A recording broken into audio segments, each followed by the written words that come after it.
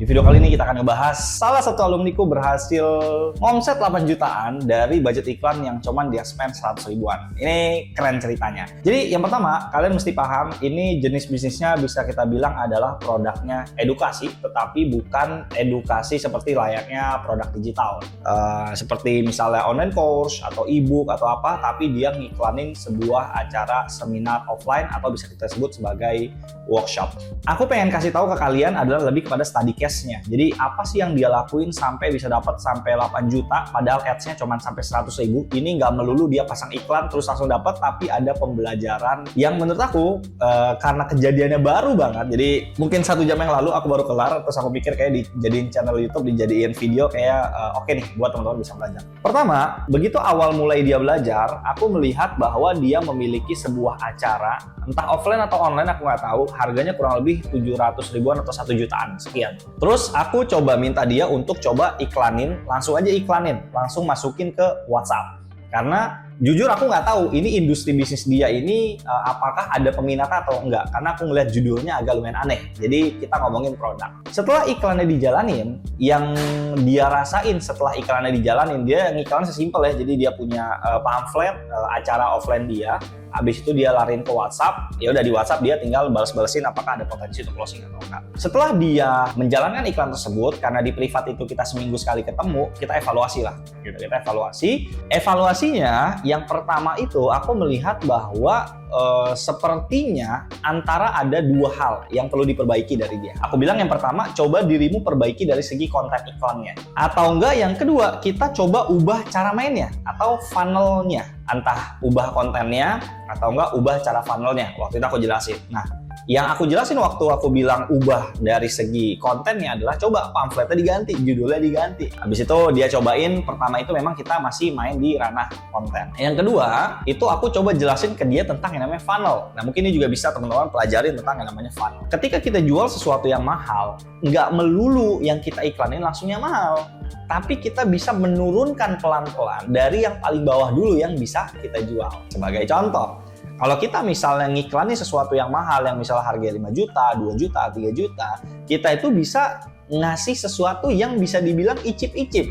Ya, misal aku punya kelas Instagram Ad, aku bisa aja bikin yang namanya e-book, yang mungkin sekarang aku memang lagi lakuin. Aku punya e-book harganya 99 ribu, tapi dari dia beli 99 ribu, nanti dia bisa transaksi angkanya 2 juta, 3 juta, dan seterusnya. Jadi dikasih icip-icip. Nah kemarin orang ini itu nggak ngelakuin saran yang nomor 2 gitu. Dia nggak ngelakuin yang tadi itu ya. Nah setelah dia kalau nggak salah dia ganti konten, hasilnya masih kurang oke, iklannya masih nggak bagus, ya kan? Dari situ aku lakuin yang tadi funnel sebenarnya, tetapi dia lebih mengarah kepada produk, ya produk. Jadi gini, ketika kita merasa produk yang kita iklanin udah berkali-kali kagak bagus, diganti kontennya jelek, diganti ininya jelek, maka bisa jadi masalahnya produk not market fit. Kita untuk bisa ngejual sesuatu itu mesti market fit. Contoh, aku punya mic. Ketika mic ini dijual ke aku yang memang aku lagi butuh nih untuk bisa ngebantu aku untuk syuting supaya audionya lebih clear, audionya lebih bagus, maka ini market fit kepada aku. Nah, ketika kita jualan sesuatu di iklan tidak market fit, maka tidak ada feedback, tidak ada WhatsApp yang bagus. Sekalipun banyak yang WhatsApp-nya nggak jelas, dia ketemu di situ. Jadi aku bilang, kayaknya funnel deh, kayaknya produknya deh, gitu, kemahalan deh, kayaknya nggak cocok deh, gitu kan. Terus barusan kita sesi Zoom lagi, yang dimana aku kira kayaknya aku pengen nanya, kamu udah lakuin apa? Apakah kamu udah ganti funnel lagi? Apakah kamu ganti konten lagi? Ternyata dia ngelakuin saranku yang tadi, yaitu coba diganti funnelnya, jual yang lebih murah, atau mungkin produk yang lain lah yang dimainin, gitu kan. Produk-produk lain keluarin aja gitu. Ternyata dia punya produk yang lebih mahal gitu. Jadi tadinya aku nyuruh coba yang lebih murah. Cuman aku udah kasih tahu ini kayak produkmu nggak market fit nih gitu kan. Judulnya kayaknya orang nggak masuk nih. Kalau targetnya kesini harga segitu kayak nggak masuk nih. Sampai satu titik ternyata dia punya produk nih yang dimana workshopnya atau seminarnya tuh bentar lagi dilaksanain acaranya. Dan ini lebih ke sertifikasi katanya.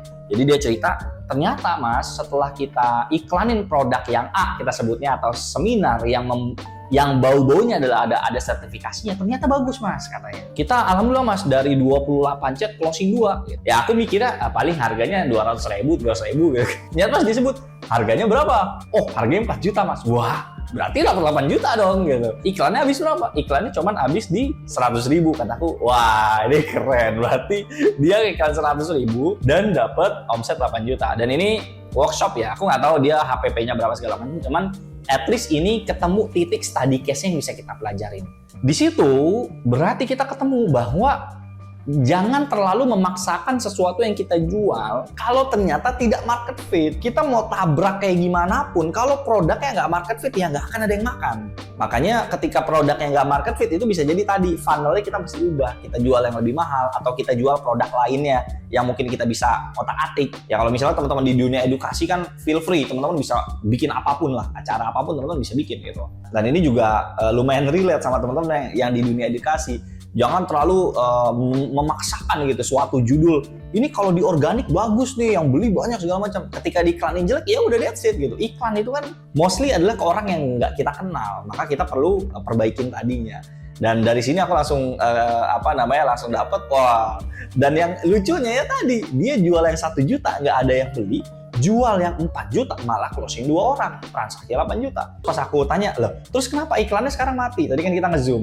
Ini mas, programnya udah selesai. Jadi programnya itu cuma bisa diadain setahun cuma sekian kali. Karena program nasional katanya. Jadi nggak tahu apa pemerintah atau gimana. Jadi nggak bisa dia sembarang adain. Jadi dia kerjasama sama apa gitu, aku nggak tahu. Yang di situ aku juga lumayan menyayangkan. Padahal ini produk winning kalau kita sebut. Produkmu yang winning tuh ini, bukan yang kemarin kamu iklanin berkali-kali.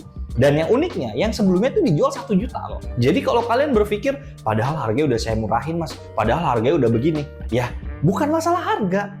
Your product itu nggak market fit, orang nggak ada yang butuh gitu loh. Nah, yang dia tadi marketnya ternyata banyak yang butuh. Kata dia, kalau saya ngomong sertifikasi, katanya ini langsung rame gitu. Kataku ya udah, that's good. Berarti kamu dapat pelajarannya ya. Jadi abis ini yang kamu lakuin ya kan itu bukan kepada iklannya tetapi kepada produknya di otak-atik atau juga bisa berupa funnel gitu ya. Jadi itu kan sebenarnya opsi produk. Makanya kalau teman-teman di sini posisi bisnisnya bisa memainkan produk, teman-teman bisa mainin testing produk, atau kalau teman-teman cuma punya produk satu maka maininnya funnel ataupun permainannya konten. Nah intinya kayak gitu. Ini pengalaman yang aku nggak mau lama-lama syuting, aku langsung ambil kamera langsung syuting supaya teman-teman juga bisa dapat pelajarannya yang tadi. Intinya iklan kalau emang udah jelek kita mesti otak-atik jalur lainnya ya. Jadi kalau yang di otak-atik nggak jauh-jauh konten atau nggak funneling atau nggak ganti produknya. Siapa tahu produk kita yang kita iklani berkali-kali ini tidak market fit. Jadi ingat nggak melulu harga. Oke, so itu aja video kali ini. Semoga memberikan wawasan sharing-sharing siang hari ini dan semoga teman-teman bisa kebantu dari apa yang barusan aku share. Oke, itu aja video kali ini. Sampai jumpa di video selanjutnya. Bye bye.